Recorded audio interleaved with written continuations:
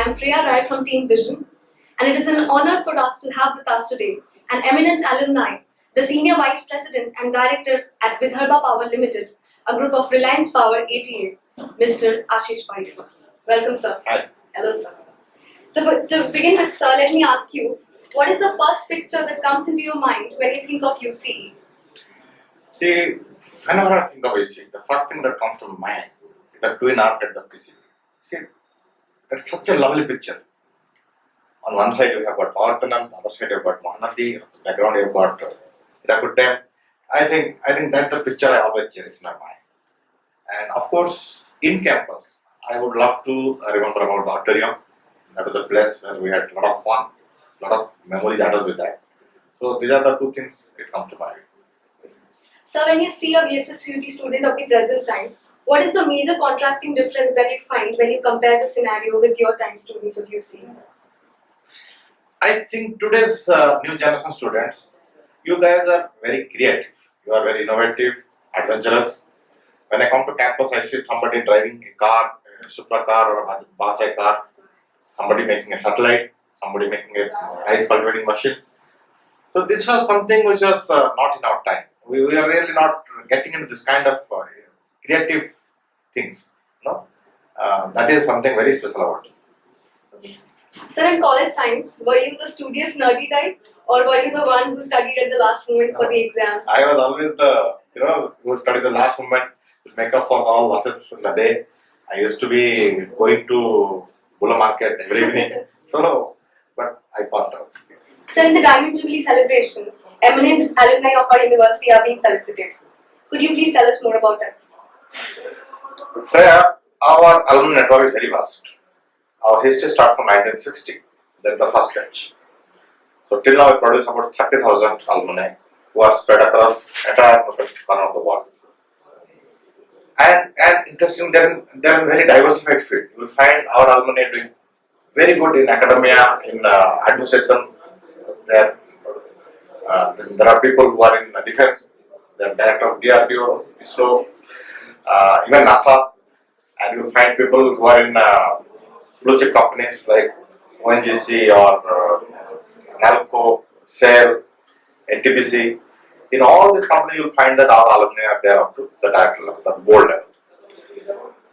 So the idea of knowing the alumni came really in 2005-06, to be very frank with you. At that time, we were celebrating the Golden Jubilee. We thought, why not to go into our history? Who were our predecessors? And what they've achieved in their life. Let us know that. So with that, we knew few of them. And one attempt was made to felicitate them. About 15 alumni were felicitated during Golden Jubilee. Again, another conscious effort was made during the Diamond Jubilee. In this time, lot of very enterprising entrepreneurs have also come. Who have put their own companies, they opened shops in India as well as abroad. So from that, we captured a huge database. From the database, we choose about 70 alumni. But yes, it would be wrong to say that we have only 70 eminent. There are so many eminent whom we couldn't discover now. You are getting it. So there will be opportunities. We'll have director function of our Diamond Jubilee. We'll have global alumni meet every 2 years. So this tradition will continue. We will try to connect more and more alumni, bring them to the institute, felicitate them. They go back to their work field and they bring back some, they plow back some contribution to the institute that will continue. Sir was also one of the torchbearers and had played a vital role in transforming UC to VSSUT. Sir, it would be great to hear your side of the story. Well, Freya, we are the first institute, first engineering college in Odisha. We started in 1956. And many colleges we started along with us. They have really excelled well today. But it pains me that we really stagnated for first 5 decades. So when I got seriously associated with this institute, maybe around 2005-06, I found that it was still a college. Earlier it was with Utkal University, it was transferred to Sambalpur University, again it was put on a Vssut, right? So, it has been treated unfairly. So the first thing we did is, we told to the government that we are too big to come under BPUT and too good a college to come under BPUT, we want to autonomous. That's the first step. So we demanded for something called deemed university. That's the first demand. That time another window opened up. That was when the Prime Minister Vajpayee, he announced that 5 quality institutes in India will be upgraded to IIT. So that was a new opportunity. So we tried for that. We really fought for it. It was really a long term fight. We went to Delhi. We had a series of meetings with our Chief Minister, Navin Patnaik, and ultimately we couldn't become an IIT. That's true. We're not an IIT. But then we became a state university. Now we have our own governing council, we have our own examinations, we are autonomous, and we get good funding. That was step number 2. The step number 3 was to grow it as a university, because by calling it university, you don't become university. You have to increase your courses, you have to have more intake of students, teachers, you have to open up more research departments, more research scholars should be there. All these things are possible. I will say that the college or the university has really taken major step in upgrading. In 2005, we had about 1,000 students. Now we are 5,000. The teachers were around 44. Now it is close to 300. The research scholars are 20. Now they are 200. I mean, there is a huge change, I find.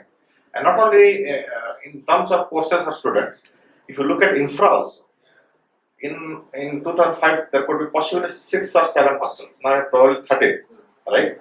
And the guest house has come up, the e-learning centers come up. So all these additions have taken place. So, which is really very satisfying to see. Yes, the seed was put during the Golden Jubilee, and I am very happy that we are seeing the results now. Thank you for the huge contribution, sir. Sir, we've heard that the Alumni Association has come up with an idea of a 5,000-seated amphitheatre by the side of the e-learning center. Sir, could we please know more about it? And are there any future projects that the Alumni Association is thinking of taking up? See, we have a long wish list, but why amphitheatre I will tell you. In again, referring to around 2005 or 6, that time the student strength was about 1,200. So this auditorium which has come in '84 was still adequate for them. But now about 5,000.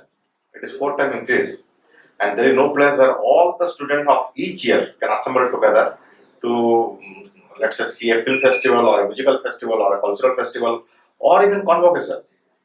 I was told that in convocation only the finest students are allowed because there is no space, right? So it struck to us when I had come for one function of yours in the open air theatre. That time I found that it is too crowded really. It's not been able to take 5,000 students altogether. So that's the time we thought, me, Devu sir, which I call him Devu Bhai and Rakesh, we 3 teamed up. We thought that it really needs amphitheatre kind of thing where all can be assembled. All your energy can be dissipated also. To this coming together and doing these festivals. So that is how the idea came. And we took help of one Padhy who has built the e-learning center. He is very creative. So we gave the idea to him and he built a drawing. Now we are going to raise a fund for it. Like Golden Jubilee Gate and like e-learning center, we don't have any seed fund now. Then also we didn't have, now also we don't have. But I'm sure it will come up because our alumni network is so strong, so generous. We will surely raise fund and give it to you. So maybe after 2 or 3 years, when you come, you'll find that your juniors will be enjoying the amphitheatre. Yes, sir. An amphitheatre is definitely a burning need for the students, sir. So, what is the Vision 2030? See, now university has to really march towards a credible national level university, then a global. The first thing that comes to my mind is that we must participate in all kind of rankings, all kind of national rankings, because that tells you where you stand really. MHRD is releasing every year, so we have to participate in that, and we have to find where we lack in infra, in courses, or in number of patents, or number of paper publications, or number of books in the library. There are so many criteria there. So the first is ranking. The second is that our courses have to be really contemporary. By putting more people, this is my personal feeling, by putting more and more people into traditional branches really don't help. There are so many new branches like renewable energy or maybe bit in metallurgy, bit in mining, this kind of, or maybe biotech. So this will help a better way to serve the society better. And third is that the university has to really integrate the society. See, every engineering institute has got an obligation to society. The society, they look to us for solving their problems. Just by teaching some student and graduating them, giving a degree, really don't help. So we have to reach out to the society, find their problems. Take for example the pollution. Pollution, which could be because of vehicular emission or it could be because of industrial emissions. So whether VSSUT can, measure it, can sensitize the people on that, can select the best of technology for the industry. This kind of society-related problems that university is to take up.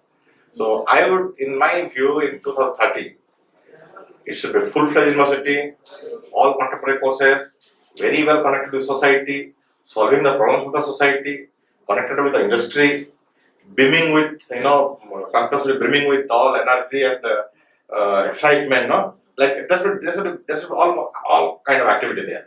A lot of research work should go on, and you guys should come up with, the students should come with new products which will directly help the rural. So this kind of thing will take us to a global university time.